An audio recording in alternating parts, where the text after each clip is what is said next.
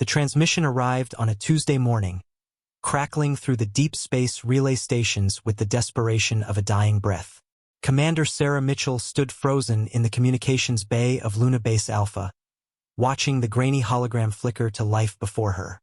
The speaker was barely recognizable as human, emaciated, scarred, with hollow eyes that had seen too much. "This is colony ship Prometheus. If anyone receives this, they took our children." The voice broke. "The Zephyrian Empire, they're using them as power sources for their ships. Please, someone help us." The message cut to static, leaving the command center in suffocating silence.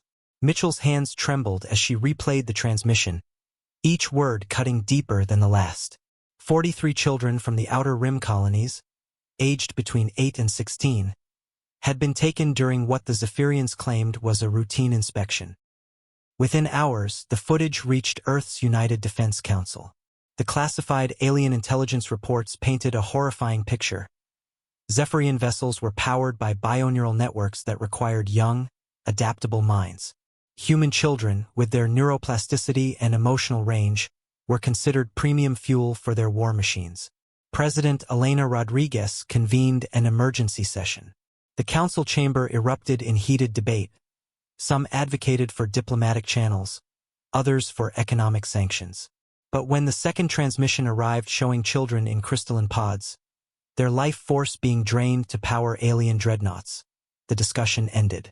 "We don't negotiate with those who steal our young," Rodriguez declared, her voice carrying the weight of a mother's fury and a leader's resolve. "Prepare Operation Starfall." Admiral Marcus Webb had been waiting for this moment. For months, Earth's military had been developing contingency plans, studying Zephyrian technology through captured debris and intercepted communications. The aliens believed humans were a primitive species, useful only for labor and biological resources. They were about to learn otherwise. The first wave launched from hidden staging areas throughout the solar system. Stealth frigates equipped with experimental quantum torpedoes emerged from the asteroid belt, while massive dreadnoughts powered by fusion cores Earth had kept secret materialized near Jupiter's moons. The Zephyrians had never seen technology like this. Humanity had been holding back, appearing weaker than they truly were.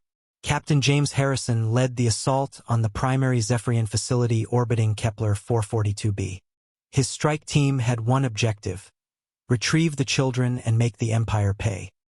The facility's bioluminescent walls pulsed with sickly light as his soldiers moved through corridors designed for the tall, crystalline Zephyrians. They found the children in the lower levels, suspended in translucent chambers that fed on their dreams and fears. Harrison's jaw clenched as he saw 8-year-old Tommy Rodriguez, the president's own nephew, his small body connected to alien machinery by fiber optic cables.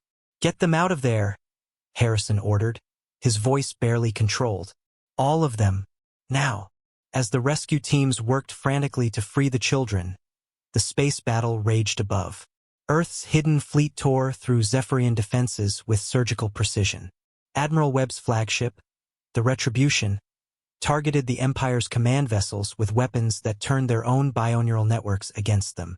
The Zephyrian Admiral Kethvara watched in horror as human ships seemed to anticipate every move, every tactic. These weren't the primitive beings his intelligence had described. When the humans began broadcasting the children's suffering across all Zephyrian frequencies, something unprecedented happened. Entire Zephyrian battle groups began surrendering. Within 72 hours, the Zephyrian Empire's military might was broken. Their bioships, dependent on enslaved consciousness, couldn't function when faced with an enemy that fought with pure, righteous fury. The children were evacuated to medical ships, where Earth's best doctors worked around the clock to undo the alien modifications. As President Rodriguez held her nephew in the medical bay, Admiral Webb delivered his report. "All children recovered, Madam President. The Zephyrian Empire has agreed to full reparations and immediate withdrawal from human space." She looked up, her eyes still fierce with protective anger. "And their leadership? War Crimes Tribunal begins next week. Earth jurisdiction." The galaxy learned that day that humanity's greatest strength wasn't their technology or military might. It was their absolute, uncompromising love for their children. Touch a human child, and face the unleashed fury of an entire species.